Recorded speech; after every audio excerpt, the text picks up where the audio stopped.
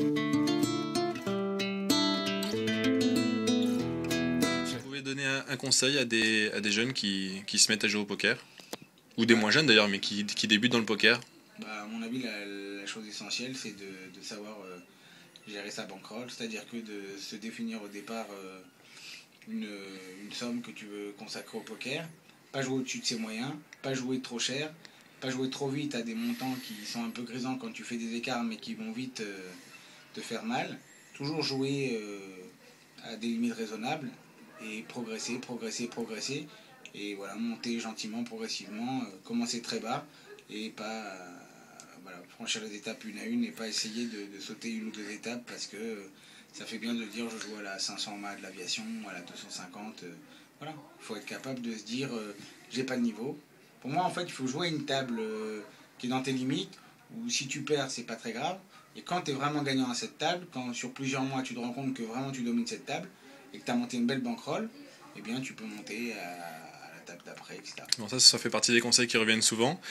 Si tu devais donner un conseil à des gens qui justement ont monté une bankroll sympathique, par quel live commencer? Par quel genre de live par exemple? Bon, en fait, il y a un tournoi qui est bien à l'aviation le mercredi soir, c'est le 500 €, où bon, t'engages une somme qui reste, qui est, c'est un buy-in moyen. Moi, j'estime que 500 € c'est déjà pas mal, mais ça reste encore correct. Si as une belle bankroll, si tu as une bankroll par exemple de 50 à 100 000 euros, tu peux faire régulièrement le 500 € de l'aviation.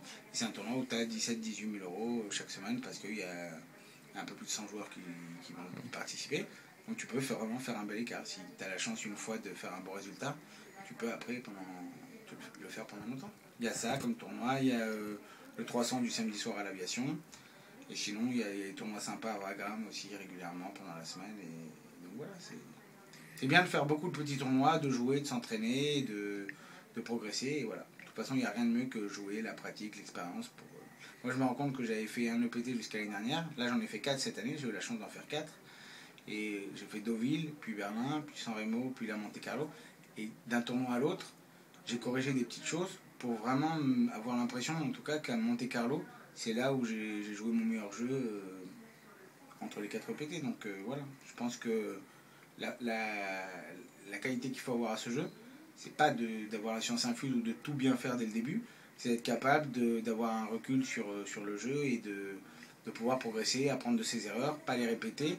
Et pour moi, un bon joueur, c'est pas un joueur qui fait tout parfaitement dès le départ, je me répète, mais c'est plus un joueur qui, au fur et à mesure qu'il joue, va progresser, va comprendre que ça, c'est pas bon pour lui, il va essayer de repérer chez chaque joueur un petit peu ce que lui ne fait pas et voir, tout en gardant sa base et tout en gardant ses caractéristiques qui lui sont propres, voir ce qu'il peut prendre un petit peu à gauche, un petit peu à droite. Moi, voilà, c'est comme ça que je fais en fait. J'ai pas lu grand chose, mais voilà, j'ai l'impression que je me nourris des rencontres avec de bons joueurs, de très bons joueurs. En faisant des EPT, je vois des coups différents, la génération internet qui n'hésite pas à faire des jolis moves audacieux.